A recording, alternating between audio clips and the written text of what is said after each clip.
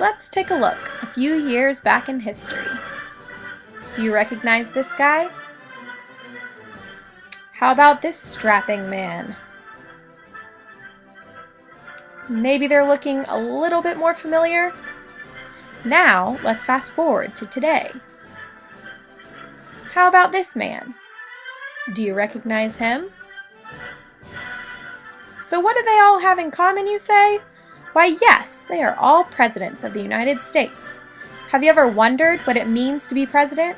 Have you ever wondered how America has come to be the great country it is today? Have you ever wondered what keeps it running like a well-oiled machine? Well, I've got an answer for you. It's called the branches of government. The branches of government, defined by our U.S. Constitution, consists of the executive, legislative, and judicial branches. Each branch has a specific job to help keep our country up and running.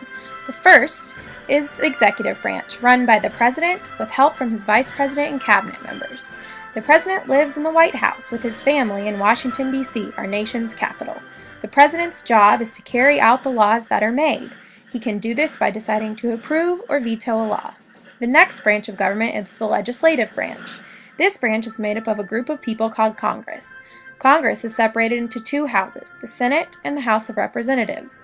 Together, they make the laws in our country. All of Congress works in the Capitol building, which is also in Washington, D.C., right down the street from the president's house. The last branch of government is the judicial branch. This branch consists of the Supreme Court, made up of 9 justices or judges who collaborate to decide whether or not our laws are fair.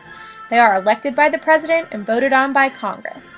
The justices work in the Supreme Court building, which is right across the street from the Capitol building in Washington, D.C. Our government operates on a system of checks and balances, meaning that each branch has the responsibilities of checking on the other branches to make sure they have the same amount of power. So which branch would best fit you?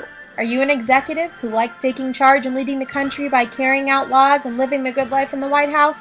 Or do you prefer to be on the front lines of lawmaking, hanging out in the Capitol building as a senator or House representative?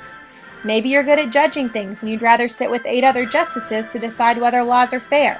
Whichever you choose, just know that the others will check up on you to make sure all things are balanced.